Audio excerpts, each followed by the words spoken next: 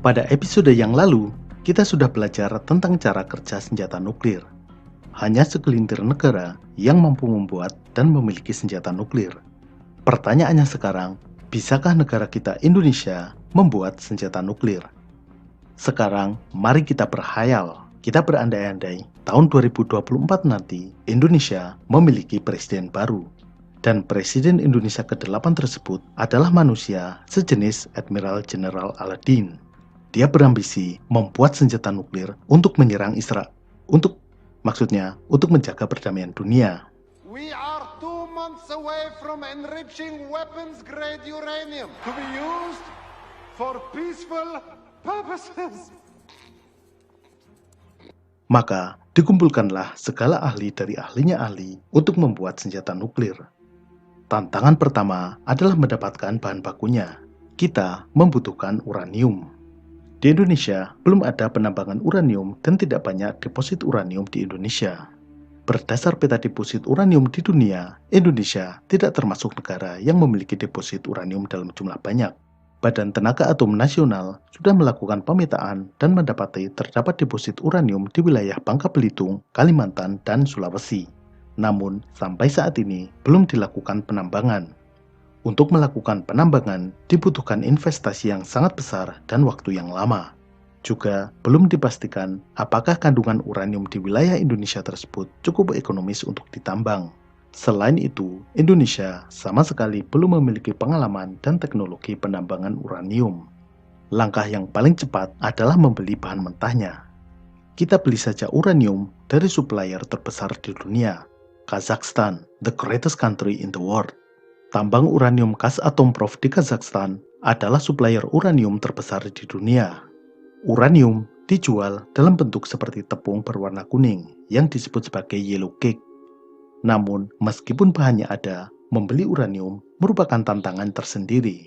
Membeli tepung yellow cake uranium tidak semudah membeli tepung beras Rose Bran. Uranium adalah bahan yang diawasi sangat ketat peredarannya. Badan Dunia, yaitu International Atomic Energy Agency, disingkat IAEA, selalu mengawasi peredaran uranium. Ketika Indonesia membeli uranium, maka akan langsung didatangi oleh IAEA.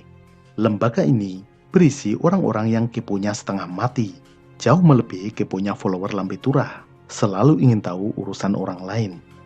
Katakanlah, orang-orang ini bisa dibohongi bahwa Indonesia membeli yellow cake uranium untuk tujuan damai.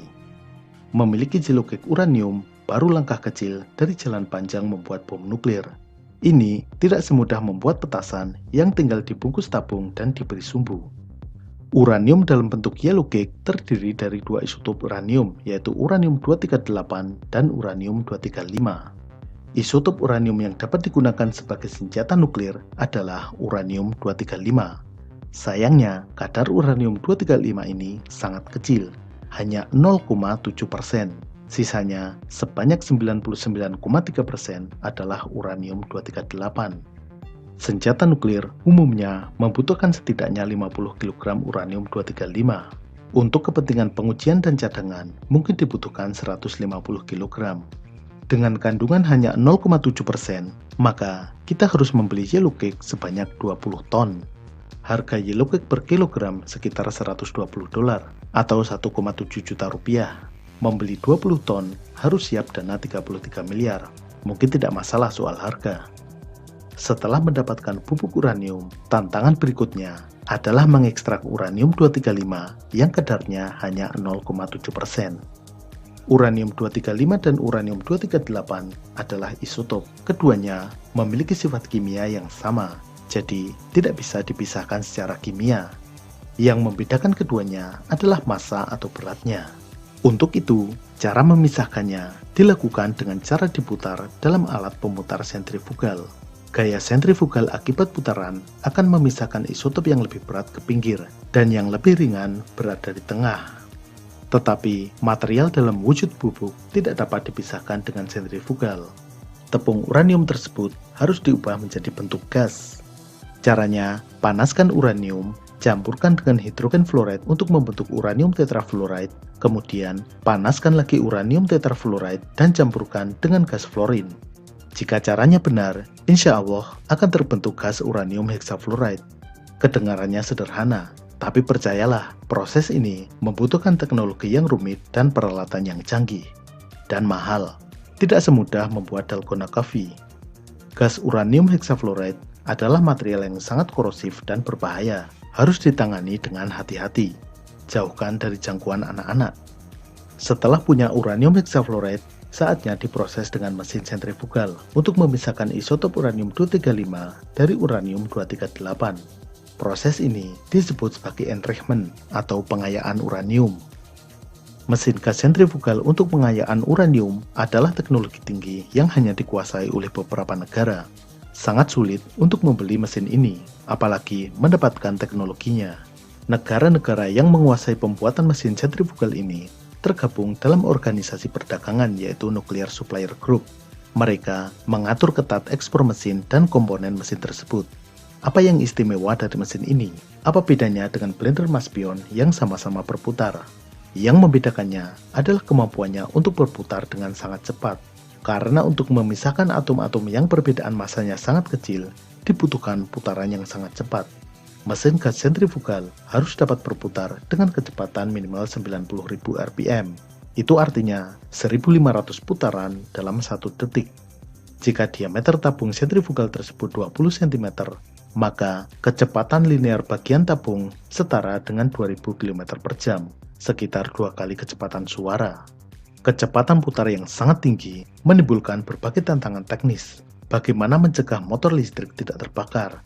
Juga material tabung tidak robek karena gaya sentrifugal yang sangat besar. Tetapi mungkin saja ada jalan untuk mendapatkan peralatan tersebut meskipun melalui perbuatan tidak terpuji. Contohnya Korea Utara pernah berhasil membeli mesin sentrifugal dengan cara mendirikan perusahaan di Cina dengan nama Shenyang Aircraft Group Dandong Import and Export Corporation Limited. Dengan nama ini berhasil mengelabui karena dikira perusahaan Tiongkok, yaitu Shenyang Aircraft Industry Group Import and Export Corporation cabang Dandong.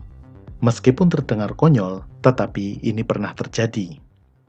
Setelah mendapatkan mesin sentrifugal, saatnya berproduksi. Tetapi kita tidak cukup hanya punya satu mesin sentrifugal. Tidak cukup 2, 10, atau 100. Tetapi butuh ribuan. Minimal punya 9.000 mesin sentrifugal yang disusun secara berurutan. Hasil pemisahan dari satu mesin dilanjutkan ke mesin berikutnya hingga tercapai kadar uranium-235 yang mencukupi. Untuk keperluan reaktor nuklir pada PLTN, hanya dibutuhkan kadar uranium-235 sebanyak 5%. Sedangkan untuk membuat bom nuklir, minimal perlu kadar 90%, idealnya 99%.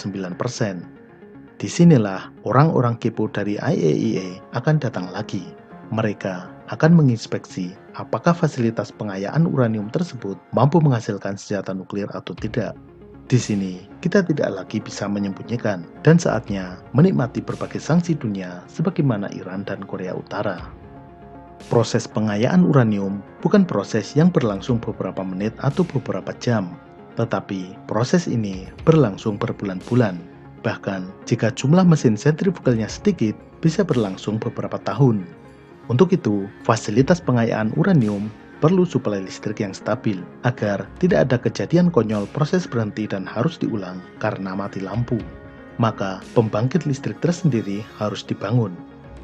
Seandainya proses pengayaan uranium sukses, langkah selanjutnya adalah memisahkan kembali unsur uranium dari senyawa uranium hexafluoride yang berbentuk gas.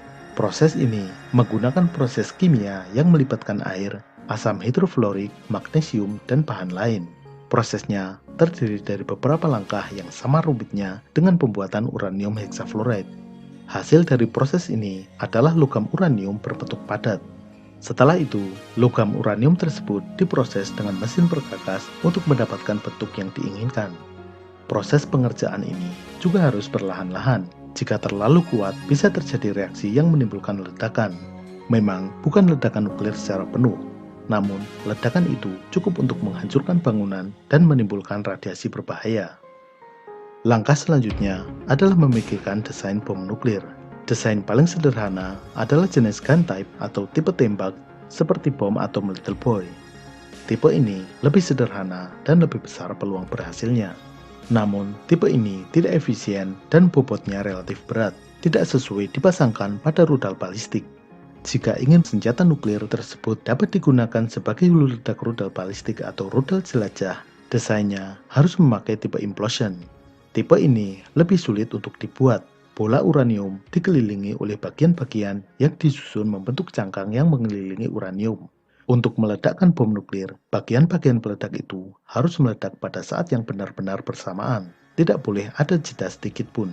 Jika ada yang terlambat meledak meskipun sepersekian detik, tekanan yang meremas uranium tidak akan merata dan uranium gagal mencapai massa superkritikal. Akibatnya, reaksi nuklir tidak terjadi. Ini membutuhkan teknologi elektronik yang sangat presisi. Itu baru bom senjata nuklir tipe fisi yang sebenarnya sekarang sudah ketinggalan zaman. Saat ini, jenis senjata nuklir yang dipakai adalah jenis termonuklir atau bom hidrogen. Untuk membuatnya, selain sudah harus membuat senjata nuklir tipe fisi, juga harus membuat silinder fusi yang terdiri dari casing uranium yang berbentuk silinder, batang plutonium sebagai intinya, dan bahan bakar berupa lithium deuterida. Membuat silinder fusi tersebut lebih sulit lagi dibandingkan membuat bom nuklir tipe fisi. Bom nuklir fisi dan silinder fusi tersebut dipasangkan pada struktur dengan casing berbahan berilium sebagai pemantul neutron. Seandainya bom nuklir berhasil dibuat, tidak akan berguna jika tidak ada wahana untuk mengirimkannya ke wilayah musuh. Kita harus mengirimkannya sendiri, tidak bisa pakai JNE. Jika wilayah yang dituju sangat jauh, harus menggunakan rudal balistik antar benua. Merancang dan membuat rudal balistik antar benua sama rumitnya atau bahkan lebih rumit daripada membuat bom nuklir itu sendiri. Metode apapun, baik dengan pesawat pembom, rudal balistik atau rudal jelajah, tetap dapat dipatahkan oleh musuh jika pertahanan udaranya masih kuat, sehingga serangan akan sia-sia belaka. Untuk itu, kita juga harus melumpuhkan dulu sistem pertahanan udara musuh, baik pesawat tempur maupun rudal pertahanan udara. Jadi, bisakah negara kita Indonesia membuat senjata nuklir?